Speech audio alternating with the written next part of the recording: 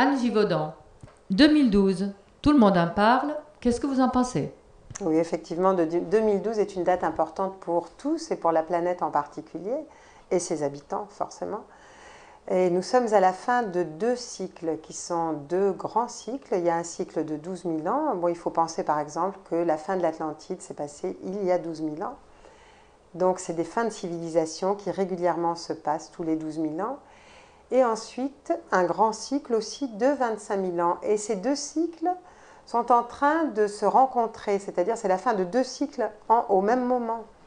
Donc c'est une date importante et une date qui correspond aussi pour la planète à l'éthérisation de la planète. Alors on peut se demander qu'est-ce que ça veut dire l'éthérisation de la planète. Je pourrais comparer ça à un passage dans une autre dimension. On peut parler de quatrième, de cinquième dimension si vous voulez. L'éthérisation de la planète, c'est pour moi comme par exemple quand je suis hors de mon corps physique, quand je fais un voyage astral et qu'à ce moment-là, la dimension de l'espace et du temps est complètement différente. C'est-à-dire qu'on va accéder à un autre type de dimension et la dimension de temps, d'espace dans laquelle nous sommes prisonniers actuellement va nous paraître complètement différente. Et c'est pour ça aussi qu'on commence à avoir des capacités subtiles en plus grand nombre. Par exemple, le channeling, bon, ou les messages, les gens qui recevaient des messages étaient peu nombreux à l'époque ou au siècle dernier, alors que maintenant on a de plus en plus de personnes qui entendent ou qui voient ou qui des choses qui théoriquement font partie de l'invisible ou de l'éthérique. Et ça fait partie aussi de l'éthérisation de la Terre, ou qui ont des capacités sur le plan de la guérison ou des capacités sur tout ce qui pourrait être les sens plus subtils. Et c'est pour ça aussi que c'est un moment important.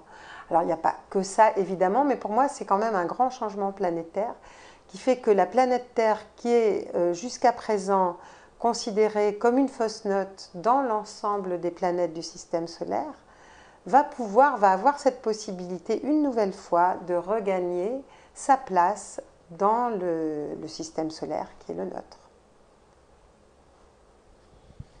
Qu'est-ce que vous pensez des changements climatiques et environnementaux auxquels nous assistons tous en ce moment? Alors les changements climatiques, les changements qu'on appelle bon, par exemple les tsunamis, les tremblements de terre ou même les révolutions extérieures comme intérieures font partie de cette espèce de changement planétaire, d'éthérisation de la Terre, mais aussi il y a des changements qui sont dus à des êtres qui ont une manipulation des climats quand même, enfin en tout cas c'est ce que je peux penser. Et ce que j'ai constaté assez souvent, il y a quand même des manipulations climatiques, il n'y a pas que ça. Et il y a aussi cette éthérisation de la Terre qui fait que la Terre est en grand changement. C'est comme une crise d'adolescence. Donc, quelquefois on a des éruptions, quelquefois on a des boutons, quelquefois on a ce qu'on appelle l'acné, quoi. Et en même temps, la population terrestre, pendant longtemps, ou depuis longtemps plutôt, ne s'est pas occupée vraiment de ce qui pouvait se passer pour la planète. C'est-à-dire qu'elle a utilisé les ressources de la planète Terre sans se préoccuper de savoir si ces ressources étaient renouvelables ou s'il y avait des choses qu'on pouvait faire pour elles. C'est-à-dire qu'il n'y a pas eu de collaboration, il y a eu vraiment une utilisation. Et en ce moment, on est en train de commencer à réfléchir comment collaborer pour que notre planète puisse retrouver ou se guérir, disons, de tout ce qui est en train de se passer. Ceci dit, je pense quand même que quoi qu'il arrive, il y aura des changements et que la carte du monde a été déjà remaniée à d'autres époques. Donc je parlais des cycles de 12 000 ans, de 25 000 ans. Les cieux étaient différents, les continents n'avaient pas le même visage. Et dans ce qui va se passer, c'est certainement aussi, il y aura des remaniements qui vont faire que notre carte mondiale aura un autre aspect.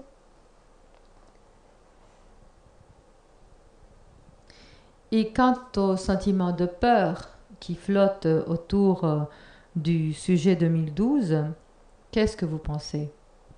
Alors c'est vrai que bon, dans nos séminaires ou dans les conférences, j'entends souvent des personnes qui posent cette question un peu moins en ce moment, comme si elles étaient saturées de cette peur qui règne partout.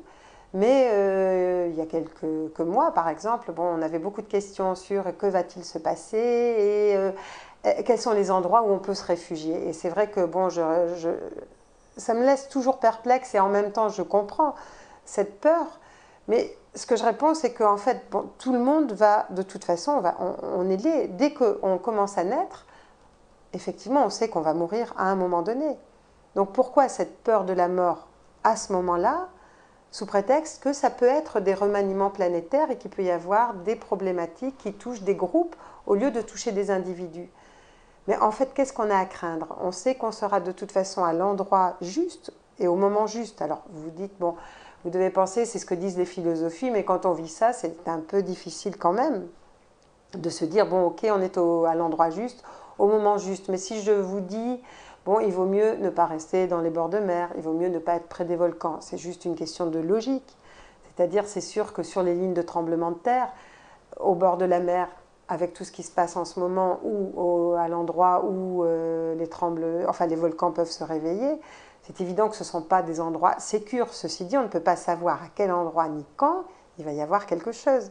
Donc avoir peur ne va pas résoudre du tout le problème et pour moi, et au contraire, va commencer à nourrir des entités ou des énergies qui vont se nourrir de nos peurs, de notre sentiment d'impuissance, de notre sentiment d'incapacité, alors qu'au contraire, on pourrait avoir une action complètement bénéfique, ne serait-ce que par nos pensées et par le côté positif qu'on pourrait donner dans ce changement. Parce que ce que quand même les êtres avec lesquels je suis en contact, les êtres de lumière m'ont dit, et pour moi c'est un élément important, ils m'ont dit qu'il y aurait autant de différences entre la préhistoire et maintenant qu'entre maintenant et ce qu'on va connaître. Donc je trouve ça complètement enthousiasmant et il n'y a pas de quoi avoir peur. On se dit, bon, les bouleversements, il y en a toujours eu, il y en a plus en ce moment, bien entendu, mais le final est beau. Et j'ai déjà eu des visions et des rencontres où j'ai pu voir que la Terre était passée sur un autre plan et que en fait cette transformation était réussie. Donc pour moi, c'est quand même quelque chose de complètement positif et d'enthousiasme. Merci. Merci.